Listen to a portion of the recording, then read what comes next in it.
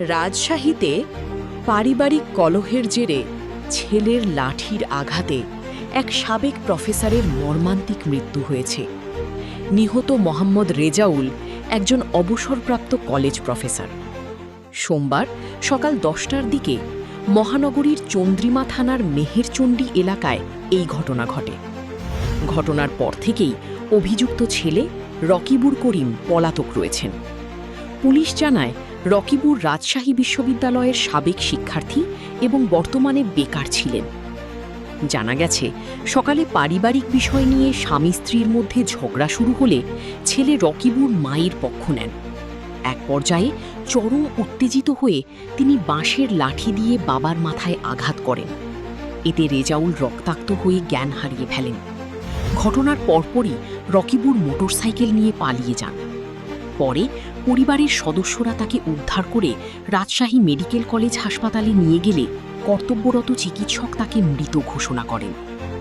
Rajshahi metropolitan পুলিশের মুখপাত্র জানান, ছেলের লাঠির আঘাতেই বাবার মৃত্যু হয়েছে বলে নিশ্চিত হওয়া গেছে।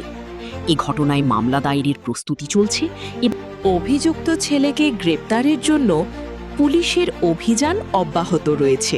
ততটুকু আমি বলছি, এর বেশি কিছু বলতে পারবো না, কারণ যেটা জানা আছে সেটাই বলবো। না জানার কথা কোনো মিডিয়াতে বলা উচিত না আমি মনে করি।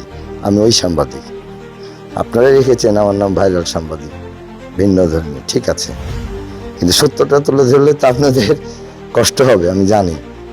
আমি তো সমাজসেবা করি আর আপনারা করেন সাংবাদিকতা, কারণ আপনারাই ভালো জানেন।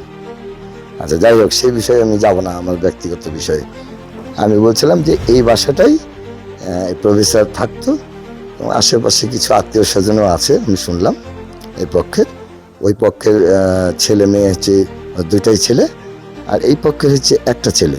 সেই ছেলেটি অতিরিক্ত আর কি মানে ভোগ বিলাসিতা করার জন্য এবং ফ্রিডম লাইফ চলার জন্য এই দুর্ঘটনাটা ঘটে। এর আগে আমি শুনেছি কিছুদিন আগে তাকে বাইক কিনে দিয়েছে তার বাবা। এতে উনি সন্তুষ্ট না এবং তার কথা হচ্ছে আমার আম্মাকে পার ডে টাকা দিতে হবে, আমাকেও টাকা দিতে হবে।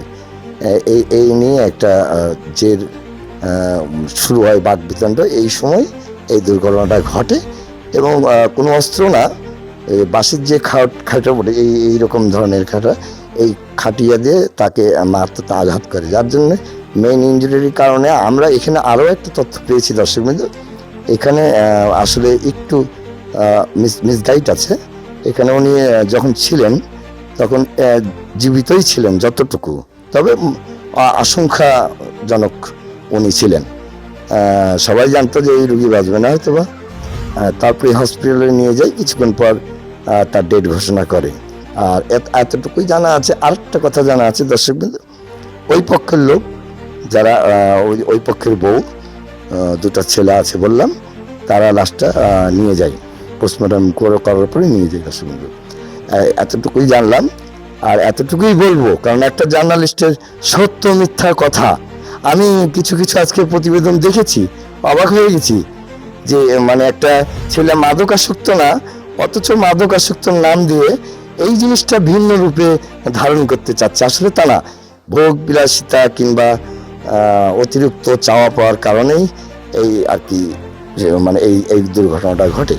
দর্শকবৃন্দু, আজকের সময়টা আমি এখানে কিংবা আজকের প্রতিবেদনটা আমি এখানেই শেষ করব। আজকের খবর থেকে আমি বাইজিৎ বলছিলাম, এটার জায়গার নাম কড়াইতলা, পশ্চিমপাড়া বেড়া মসজিদের সামনে। ধন্যবাদ দর্শকবৃন্দু, আমার ভিউয়ার্স যারা আছেন তাদেরকে ধন্যবাদ দিলাম।